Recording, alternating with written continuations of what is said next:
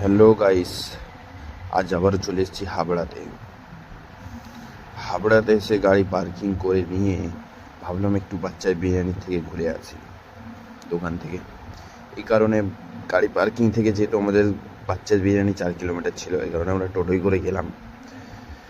টোটোয় করে যেতে যেতে যেতে যেতে একটি প্যান্ডেল দেখতে পেলাম রাস্তার ধারে। দেখুন, এই যে সেই প্যান্ডেল। সো আমি ঠিক তখন বলতে পারিনি, কারণ ওই প্যান্ডেলে এসেছিলো, এই কারণে আমার বন্ধুটা আমার সাথে আছে। হ্যাঁ, আমরা দুজনে একসাথেই এসেছি, কারণ দুটো গাড়ি নিয়ে এসেছি। অবশেষে চলে এলাম সেই বাচ্চার দোকানের সামনে। এই যে সেই বাচ্চার দোকান, কিন্তু কপালটা খুবই খারাপ।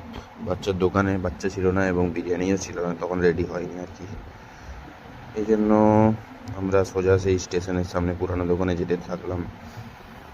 যাচ্ছি রাস্তায় দেখতে দেখতে আমরা চলে এলাম সেই স্টেশনের মার্কেটের সামনে, যেখানে সব দোকান